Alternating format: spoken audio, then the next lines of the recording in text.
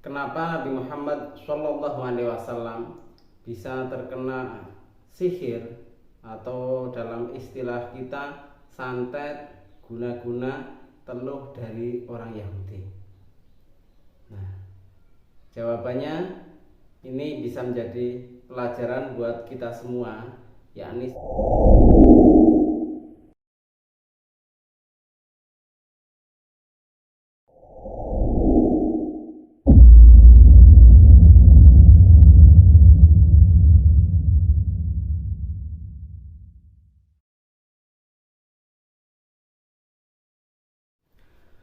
Assalamualaikum warahmatullahi wabarakatuh.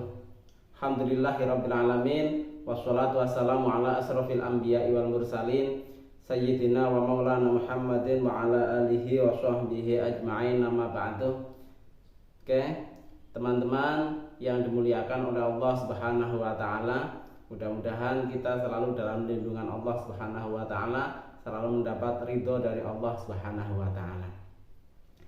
Kali ini kita akan membahas tentang kasus bagaimana Nabi Muhammad SAW terkena sihir, atau dalam istilah kita dikenal dengan bahasa santet atau guna-guna atau teluh. Bahkan dari yang mengirimnya, yang mensihirnya adalah orang Yahudi. Nah, ini sekaligus menjadi pelajaran bersama buat kita semua. Oke. Pertanyaannya tadi, kenapa seorang nabi yang begitu dekat dengan Allah Subhanahu wa taala, yang imannya melebihi imannya para manusia di dunia ini pada Allah Subhanahu wa taala, yang selalu dalam bimbingan Allah Subhanahu wa taala, bisa kena sihir dari orang Yahudi, dari non muslim? Ini jawabannya ada dua. Satu, yang pertama, kenapa Nabi bisa terkena sihir? Yang pertama, ini untuk menunjukkan bahwa manusia, kanjeng Nabi Muhammad SAW adalah manusia. Walaupun basyarun lakal basyar, manusia yang tidak seperti manusia biasa, artinya manusia yang melebihi manusia pada umumnya. Nah, jadi terkenanya kanjeng Nabi Muhammad SAW ini untuk menunjukkan bahwa Nabi sendiri ini adalah manusia, yang mana manusia itu bisa saja terkena penyakit. Sihir, guna-guna, santet ini adalah bagian dari penyakit non medis. Jadi penyakit itu ada dua, penyakit medis dan penyakit non medis. Semuanya penyakit, dan penyakit baik medis maupun non medis bisa saja mengenai manusia. Untuk apa? Untuk menunjukkan Nabi itu manusia, bukan dewa, bukan malaikat, tetap manusia, makhluk Allah yang mungkin saja terkena penyakit.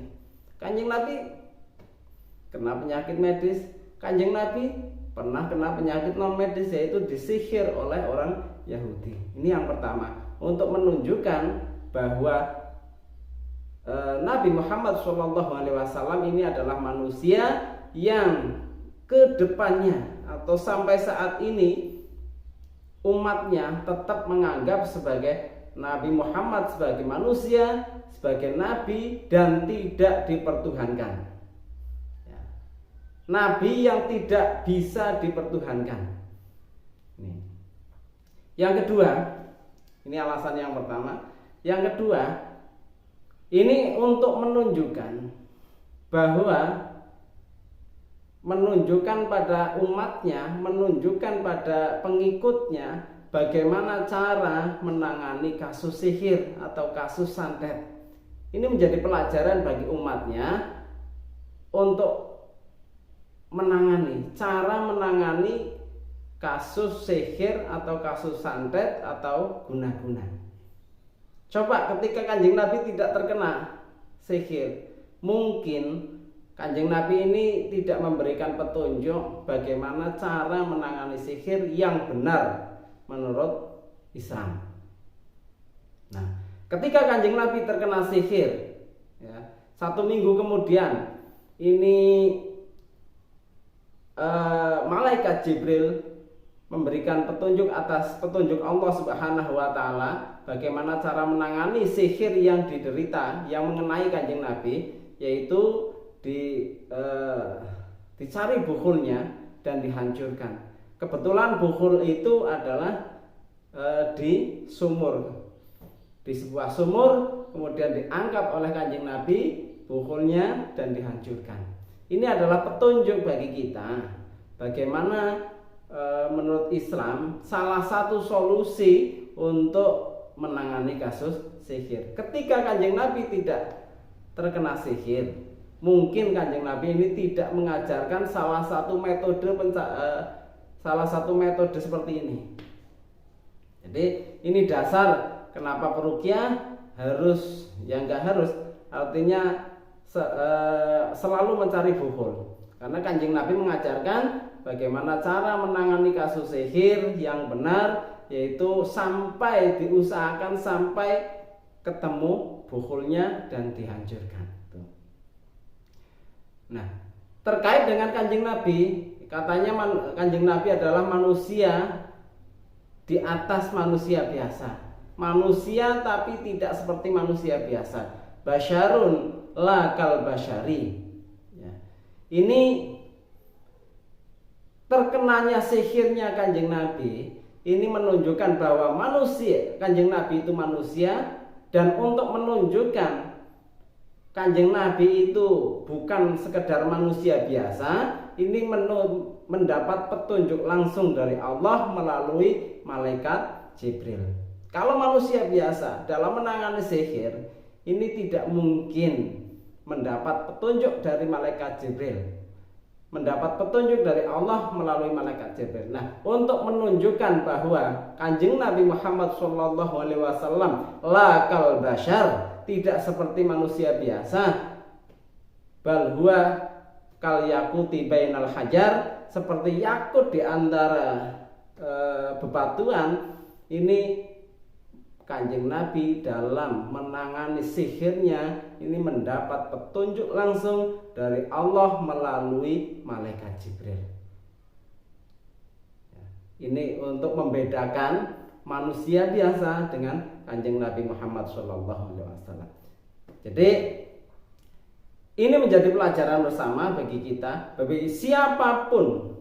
Kali lagi, siapapun itu tidak bisa terbebas dari sihir, tidak bisa terbebas dari santet, tidak bisa terbebas dari teluh, guna-guna dan lain sebagainya, kiriman. Bahkan seorang kiai, seorang ulama, seorang ustadz, bahkan seorang peruqyah sekalipun ini tidak mungkin bisa terbebas. Tapi ada ikhtiar, ya, ikhtiar ada. Tapi tidak menjamin 100% ini bisa terbebas dari sihir, bisa terbebas dari guna-guna, bisa terbebas dari santet. Kenapa? Kanjeng Nabi orang yang paling dekat dengan Allah Subhanahu wa taala, seorang nabi, seorang rasul, pemimpin semua alam, seluruh alam, ya. Ini sendiri bisa terkena sihir. Jadi siapapun panjenengan, ini jangan pernah sombong bahwa tidak mungkin terkena sihir. Saya sendiri, panjenengan, siapapun panjenengan, ini mungkin saja bisa terkena sihir. Tinggal bagaimana cara menanganinya yang benar atas petunjuk Nabi Muhammad SAW, atas petunjuk para ulama-ulama salaf, atas petunjuk ulama-ulama yang tidak bertentangan dengan ajaran Islam. Mudah-mudahan sedikit ada manfaatnya dan bisa diterima. Tetap gunakan akal sehat. Wassalamualaikum warahmatullahi wabarakatuh.